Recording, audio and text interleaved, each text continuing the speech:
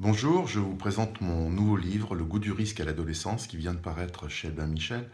Un livre dans lequel j'essaie d'expliquer aux parents un peu comment se comporter avec les adolescents d'aujourd'hui, qui évidemment, comme tous les adolescents, aiment le risque. Ils aiment se faire des frissons, ils aiment être populaires et se lancer des défis entre eux. Tout ça est normal, mais les parents doivent absolument apprendre à distinguer l'écart de conduite qui est réversible, modéré, que tous les adolescents vont peu ou prou pratiquer, mais différencier l'écart de conduite du grand écart et surtout de la déchirure. La déchirure, la rupture, la coupure, tous ces synonymes qui annoncent non pas forcément une maladie, mais en tout cas souvent un état de souffrance psychique, surtout quand ça survient très jeune et surtout lorsque ça se répète. Alors quel genre de conduite de rupture? Eh bien par exemple une fugue, par exemple le fameux binge drinking qui consiste vraiment à boire énormément d'alcool en un minimum de temps pour être vraiment complètement déchiré, comme le disent d'ailleurs eux-mêmes les adolescents. Bien entendu, les prises de toxiques, là aussi, non pas pour s'amuser, mais souvent pour se défoncer, que ce soit avec le cannabis très fortement dosé ou avec d'autres drogues.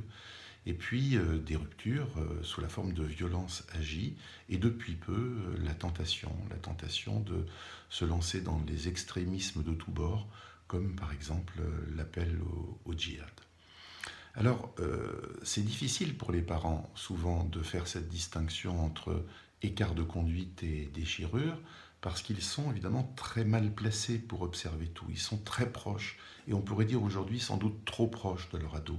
Il n'y a pas suffisamment de tiers. Il faudrait que les adultes du corps social acceptent d'aider les parents à euh, pouvoir dépister, remarquer, noter, observer les comportements des ados.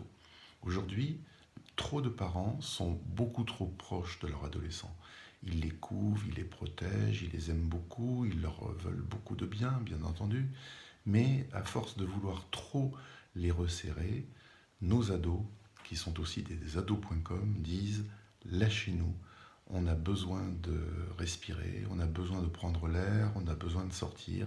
Et c'est tout l'enjeu justement de la bonne attitude des parents d'aujourd'hui qui doivent définir à la fois des espaces d'évolution supportables. Il faut que les adolescents puissent bouger et s'aérer, comme on le dit, mais il faut aussi qu'ils puissent être contenus parce que les adolescents qui disent lâchez-nous ajoutent implicitement, mais surtout ne nous laissez pas.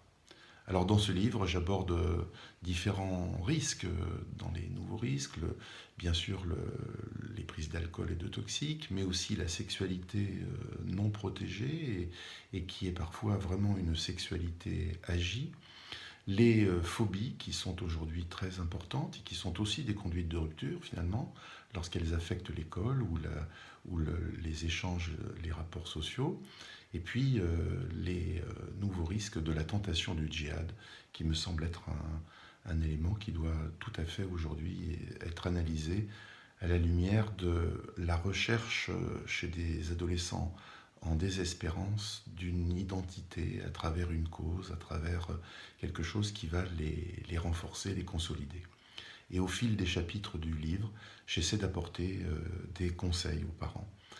J'essaie de me mettre un peu à leur place et surtout de rapporter ce que nombre de parents nous disent lorsqu'ils sont face à un adolescent qui prend des risques. Voilà, j'espère que vous aurez une bonne lecture et que vous apprécierez ce livre. Merci à vous.